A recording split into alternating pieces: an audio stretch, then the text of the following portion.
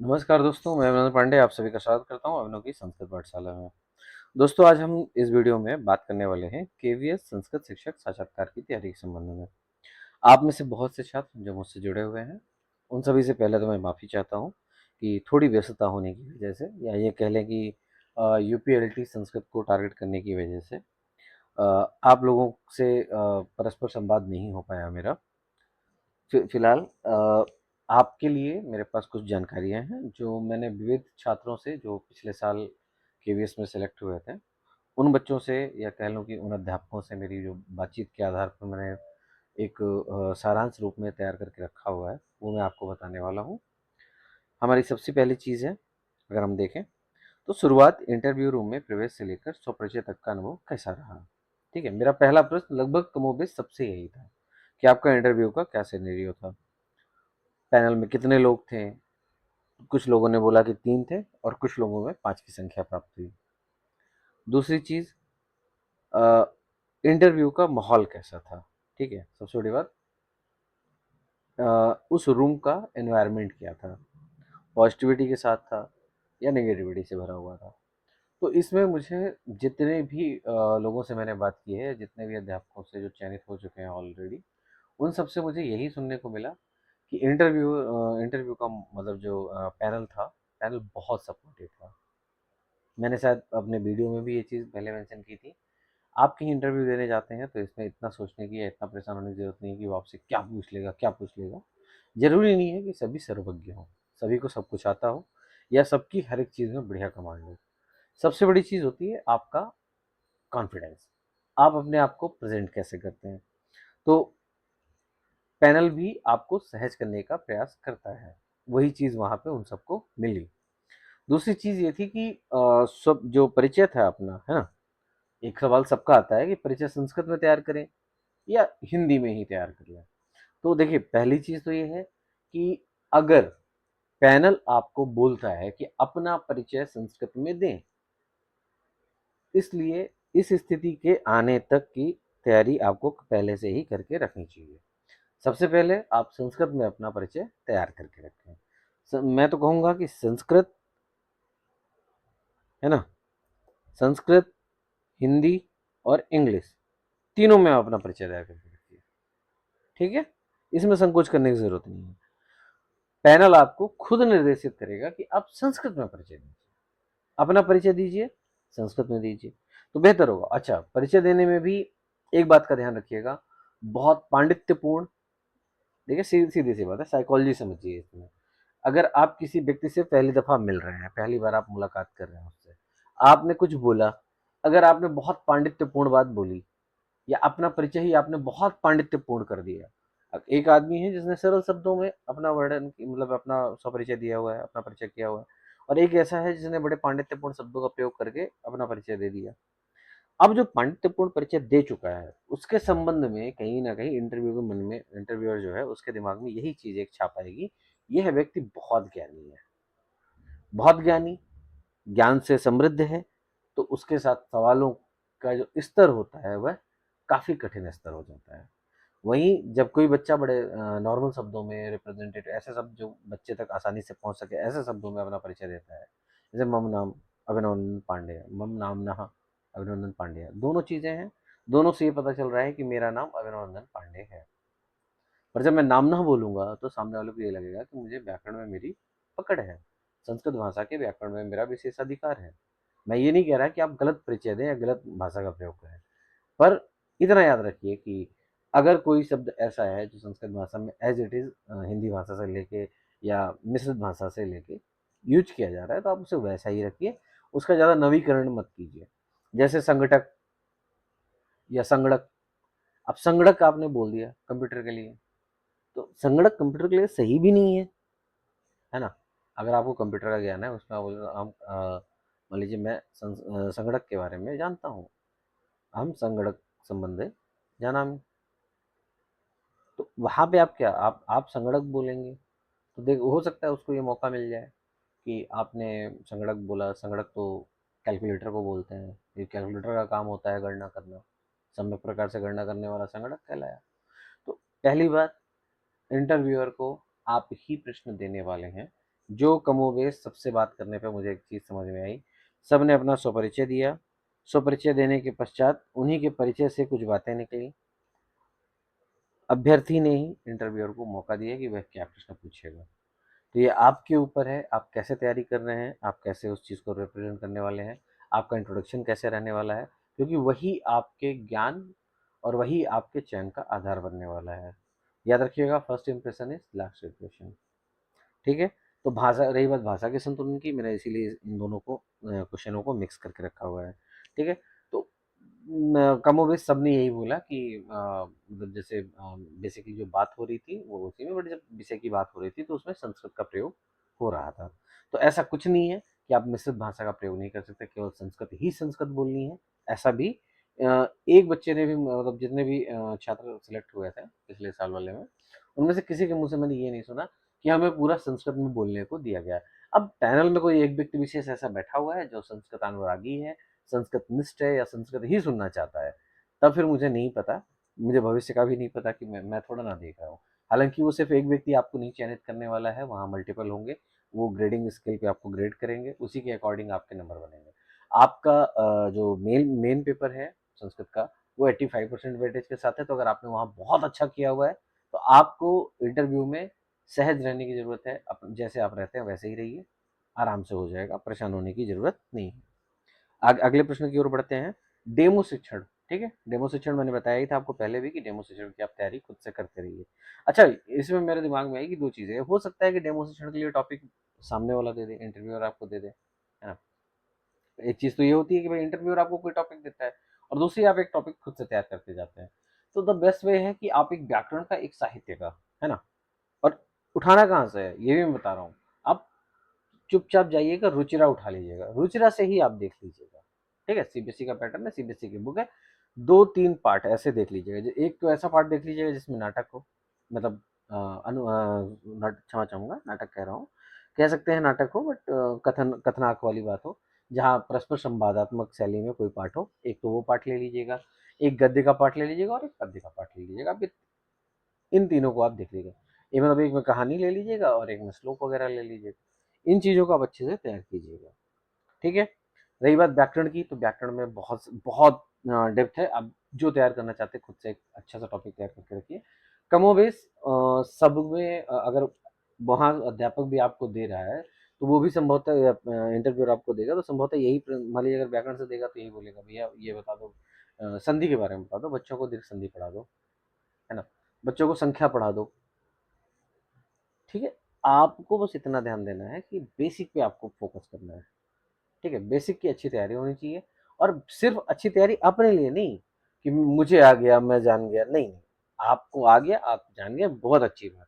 पर आप एक अध्यापक हैं तो आपका काम ये है कि आपको अपने अंदर जो ज्ञान है, आपके पास जो ज्ञान निहित है, वो ज्ञान सामने वाले बच्चे तक पहुंचे। इस चीज को, इस चीज का विशेष ध्यान देना है। ठीक है।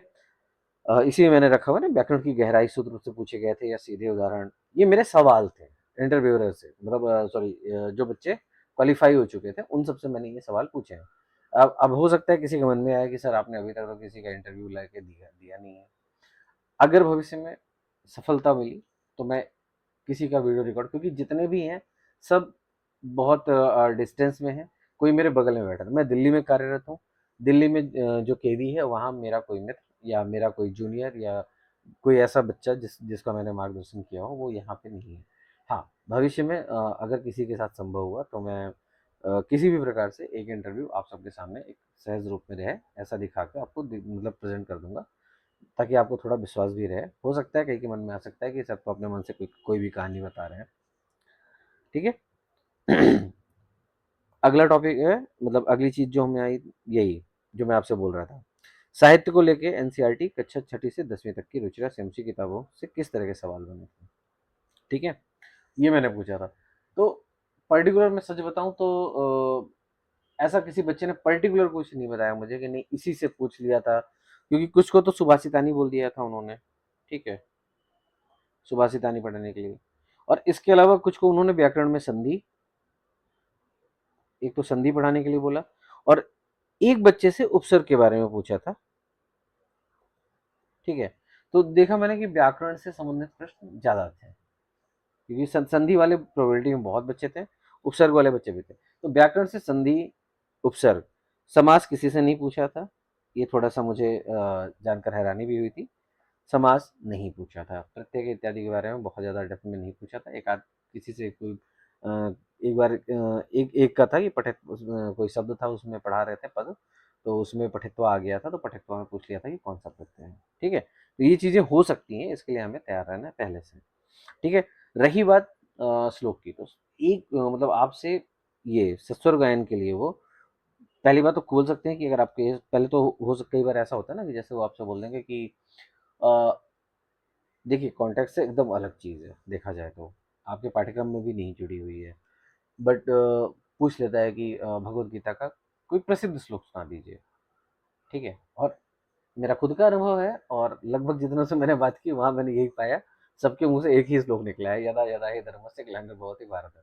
संभवतः पूर्व स्मृतियों की वजह से वो हमारे दिमाग में इतना चढ़ चुका है कि वही सबसे पहले आता है, भगवद गीता का नाम जब आता है। ठीक है? तो उसमें क्या था कि श्लोक, सिर्फ़ श्लोक आपको सुनाना नहीं था, उसका आपको सस्वर गायन करना था, तो उन्होंने वो हाँ, इससे एक और चीज़ याद आई, एक हम लोगों ने बचपन से सुनी होगी ना, त्वमेव माता च पिता त्वमेव विद्या द्रविणं त्वमेव, अगर याद हो आपको, है ना?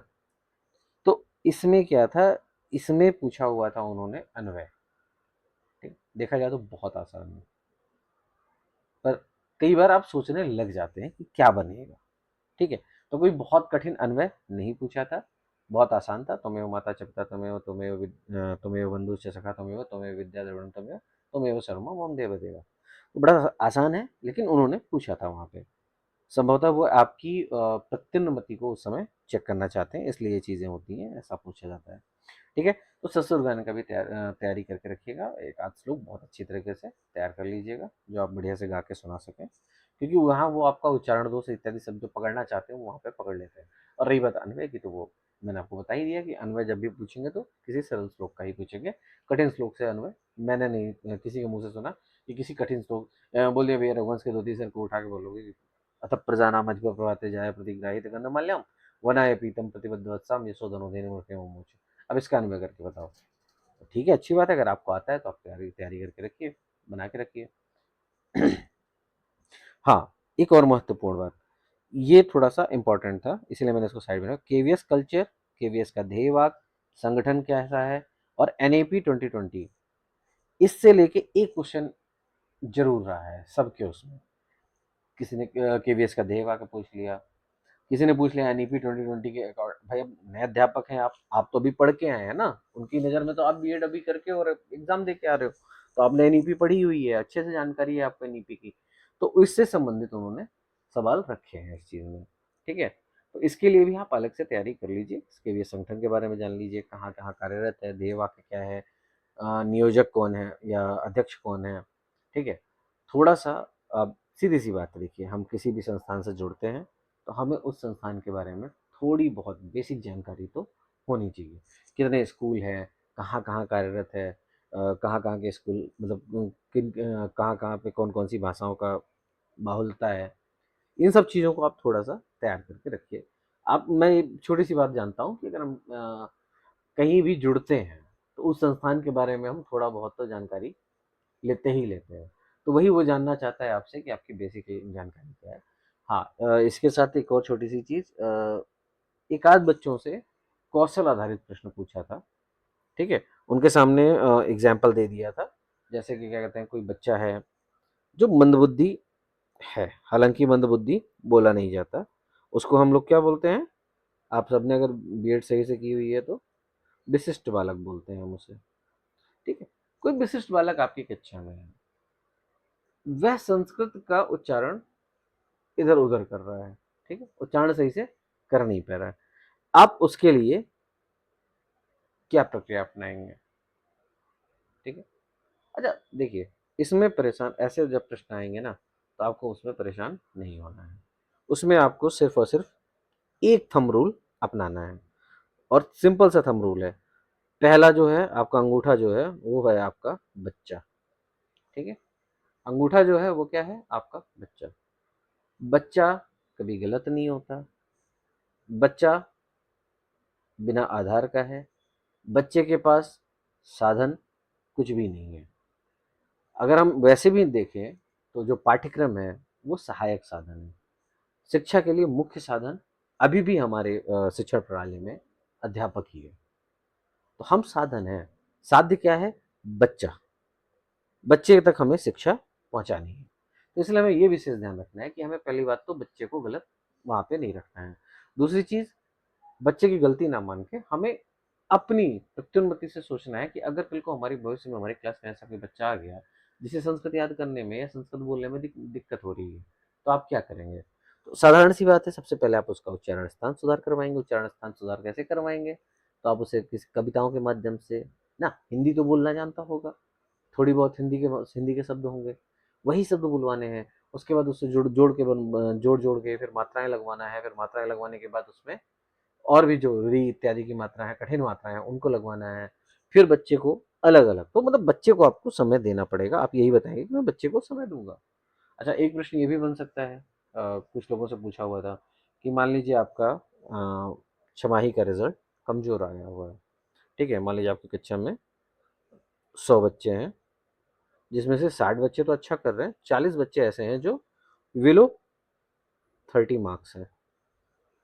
आप इनके मजबूती के लिए, इन्फोर्समेंट के लिए क्या करेंगे? एक्स्ट्रा क्लास चलाएंगे या क्या करेंगे? है ना? तो ये सबका उत्तर एक जैसा नहीं हो सकता। पहली चीज, इसमें कोई ऐसा नहीं है कि एक परफेक्ट आंसर क्रिएट होगा इस चीज का, ऐसा कुछ नहीं है। आप अपनी बुद्धि से, अपनी सूझबूझ से, अपने हिसाब से, अपने मुताबिक आंसर दे सकते हैं। उसके लिए आप स्वतंत्र होते हैं। हाँ, बस यही ध्यान रखिएगा, बच्चा गलत नहीं होता है। अपनी मानसिकता में ये बात डाल लीजिए, इंटरव्यू के दौरान आपको बच्चे को गलत नहीं बोलना है कभी भी। और सिर्फ इंटरव्यू की बात नहीं कर रहा, अगर आप अपने शैक्षिक जीवन में अगर दिल से आप शिक्षण का कार्य करना चाहते हैं, तो याद रखिएगा, बच्चा गलत नहीं होता है। चलिए अगली स्लाइड में चलते हैं। हाँ, पूरे पैनल में, वैसे तो मैंने पहले, सबसे पहले मैंने ये लाइन जोड़ी थी, ठीक है, कि कोई सर्वज्ञ नहीं होता है। ठीक है, किसी को, कोई ऐसा नहीं है जिसे सब कुछ आता है। तो अगर नहीं आता है तब क्या करना है? अगल बगल देखना है, हाँ सर याद तो किया था, मुंह पे रह गया, भूल गया, ये बोलना है? नहीं, ऐसा नहीं बोलना। हमें इस बात का विशेष ध्यान रखना है कि अगर कोई प्रश्न में नहीं आ रहा है तो बड़ी शालीनता से, अहम ना जाना, प्रयास करूंगा, मैं एक बार अच्छे से पढ़ूंगा इस चीज को। फिलहाल अभी ये नहीं बोलना कि मैंने पढ़ा था, मुझे याद है, कुछ भूल रहा हूँ, ये नहीं बोल रहा हूँ। उससे क्या होता है ना कि आप बम्बल करते हो, बम्बल करोगे तो आप अटकोगे, अटकोगे तो अटकने में क्या होगा, आपका कंफ्यूजन, आपका संशय या संदेह आपका दिखाई देगा। और वो चीज़ कहीं ना कहीं आपकी जो छवि है उसको, देखिए, मुझे नहीं आती कोई चीज़, मुझसे कोई चीज़ गलत होती है तो उसे स्वीकार करने में क्या बुराई है? अच्छी बात है, आपने बता दी कि ये चीज़ मुझे नहीं आती है, मैं भविष्य में इस विषय को और अच्छे से तैयार करूंगा। क्योंकि आपका काम है, अध्यापक हैं आप। आपको अगर आपसे कुछ गलतियाँ हुई हैं, आप उन्हें सुधारिए, सुधार सकते हैं तत्काल तो तत्काल सुधारिए। अन्यथा आप अवलोकन कीजिए उस चीज़ के बारे में, चिंतन कीजिए, चिंतन करने के पश्चात आप क्या पाएँगे, उसका सॉल्यूशन तो कुछ ना कुछ मिलेगा ना, हल तो है दुनिया में हर एक चीज़ का। अगर आप गलत हैं तो उसकी जगह कुछ सही तो होगा, है ना? तो आप उस सही चीज़ को आगे कीजिएगा, आगे उस सही चीज़ को अप्लाई कर दीजिए। एक्सेप्ट करने में क्या जा रहा है? कौन सा कोई एक्सेप्ट करने से आपको फायर कर देगा, या आप, ऐसा नहीं है कि आपको नहीं आ रहा है तो आपको निकाल दिया जाएगा, निकाला थोड़ा ना जाएगा। असलियत यही है कि वहाँ से भी जब आपसे कोई कठिन सवाल पूछा गया या कुछ ऐसा सवाल पूछ लिया गया जो आपको थोड़ा असहज कर रहा है या आपको नहीं आ रहा है या आपकी स्मृति से थोड़ा-सा धूमिल हो रहा है, तो वहाँ पे आपको ये विशेष ध्यान देना है कि उस चीज़ को स्वीकार करने में, इस तथ्य को स्वीकार करने में कोई बुराई नहीं है कि हमें नहीं आ रहा है। भविष्य में प्रयास करूँगा कि मैं इस विषय पे और अच्छे से तैयारी करूँगा, ताकि बच्चों को इन चीज़ों का जवाब मिल सके। क्योंकि कई बार ऐसा होगा, अभी नहीं, आगे चल के जब आप शिक्षक बन जाओगे तो क्लास में बच्चे आपसे पूछेंगे कि सर इसका क्या होता है? सर ये क्या होता है? आप बिलीव नहीं करेंगे, आपको अपना खुद का एक संस्मरण बता रहा हूँ यहाँ पे, पता नहीं कितना ज़रूरी है। बहुत से बच्चे होते हैं प्राइवेट, जब स्टडी के दौरान प्राइवेट ट्यूटर के तौर पे काम करते हैं। मैं भी करता था एक समय पे। एक 5वीं के बच्चे थे, 2 बच्चियाँ थी छोटी-छोटी, एक 5वीं में थी और एक चौथी में थी। तो वो मेरे से जब मैं उनको ट्यूशन पढ़ाने जाता था, तो जैसे पढ़ा रहा हूँ, तो पढ़ाते-पढ़ाते उनसे डेली मैं कुछ ना कुछ क्विज़ेस करता रहता था। तो उसकी वजह से ऐसा हुआ कि उनके दिमाग में थोड़ा-सा ये आया कि नहीं, हमें ये भी जानना है, हमें ये भी जानना है, तो वो न्यूज़पेपर की कटिंग उठा के, अब आप सोचो कितना बचकाना सवाल था वो, जिस उस दिन मेरे सामने आया। आज अचानक से मुझे संस्मरण हो गया इस बात को बोलते-बोलते। तो उस बच्ची ने मेरे से पूछा कि सर ऐसा कौन-सा जानवर है जो केला छील के खाता है? और ये उसने अखबार में पढ़ा था, ठीक है? अब देखा जाए तो बड़ा हास्यास्पद सवाल था, और मैंने अब वहाँ पे मैं हँस देता तो गलत होता, क्योंकि बच्चे की जिज्ञासा खत्म हो जाती। बच्चे को लगता है ये तो मज़ाक कर रहे हैं।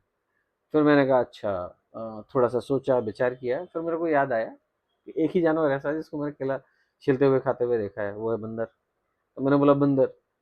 तो सर आपको कैसे पता? मैंने कहा पहले ये बताओ तुम्हें ये सवाल मिला कहाँ? तो बोली कि न्यूज़पेपर में। तो मैंने बोला कि बेटा जो न्यूज़पेपर तुम पढ़ रही हो वही न्यूज़पेपर मैं भी पढ़ रहा हूँ, तो मुझे ही पता है। ठीक है? वो एक बात की बात है कि आपको अगर वो चीज़ आ गई या नहीं आई, तो आप उस चीज़ को कैसे टैकल करेंगे वो आपके ऊपर है। बट बच्चे की जिज्ञासा को शांत नहीं करना है। तो भविष्य में भी इस चीज़ का ध्यान रखिएगा। अपने फ्यूचर में भी इस चीज़ का ध्यान रखना है हमें। एक अच्छे शिक्षक बनना है हमें। क्या पैनल केवल ज्ञान देख रहा था या आपका आत्मविश्वास? अ, क्षमा चाहूँगा, जिज्ञासा शांत नहीं करना है का मतलब ये मत ले लीजिएगा कि आपको बच्चे की जिज्ञासा नहीं शांत करनी है। आपको ये ध्यान देना है कि बच्चे के अंदर जिज्ञासा जो उत्पन्न हो रही है, वो खत्म ना हो जाए, ठीक है? उसका अर्थ ये मत ले जाइएगा कि जिज्ञासा शांत नहीं करनी है, ठीक है? अब अगला प्रश्न जो है जो इसी में था कि क्या पैनल केवल ज्ञान देख रहा था अथवा आपका आत्मविश्वास? तो इसमें मुझे मिश्रित जवाब मिले हैं। क्यों झूठ बोलना है इस बात में? लगभग सभी बच्चों का जो एक समवाय मुझे प्राप्त हुआ, समवाय मतलब सबका मिला-जुला जो रूप आंसर मिला, वो यह था कि 60% तो उन्होंने नॉलेज देखा, ठीक है? ये हो सकता है, ज़रूरी नहीं है। मैं मतलब ऐसा मेरा मानना नहीं है। ये जो मुझे तथ्य मिले हैं उसके हिसाब से मैं आपको बता रहा हूँ। और 40% उन्होंने आत्मविश्वास पे ध्यान दिया, ठीक है? तो अगर हम देखें तो कहीं न कहीं ज्ञान महत्वपूर्ण है। पर जितना ज्ञान महत्वपूर्ण है उतना आत्मविश्वास भी महत्वपूर्ण है। अच्छा, विशेष बात, ये बात हमेशा याद रखिएगा, आपका जो पेपर हुआ है उसमें 85% मार्क्स आपके पेपर से कन्वर्ट होंगे, और 15% मार्क्स आपके इंटरव्यू में कन्वर्ट होंगे। उसी के आधार पे आपका सिलेक्शन तय होगा। तो बहुत ज़्यादा इंटरव्यू को लेके एकदम पैनिक मोड में जाके अपने आप को निराश करने की ज़रूरत नहीं है। और आखिरी बात, जो मैं हमेशा कहता हूँ, पहले भी मैंने आपसे बोला था यही बात, आत्मविश्वास और तैयारी से ही सफलता संभव है। अपने ज्ञान और कौशल पर भरोसा रखिए, सकारात्मक मानसिकता को बनाकर रखिए। सकारात्मक सोच होने का सबसे बड़ा परिणाम ये होता है कि आप जब अपने आप को प्रेज़ेंट करेंगे इंटरव्यू टीम के सामने, तो बहुत अच्छे से करेंगे। ठीक है मित्रों, धन्यवाद यहाँ तक मुझे सुनने के लिए धन्यवाद। अगर मेरा वीडियो आपको अच्छा लगा, तो वीडियो को लाइक कीजिए। जो साथी नए जुड़ रहे हैं, चैनल को सब्सक्राइब कीजिए और अपने मित्रों के साथ शेयर कीजिए। पुनः धन्यवाद।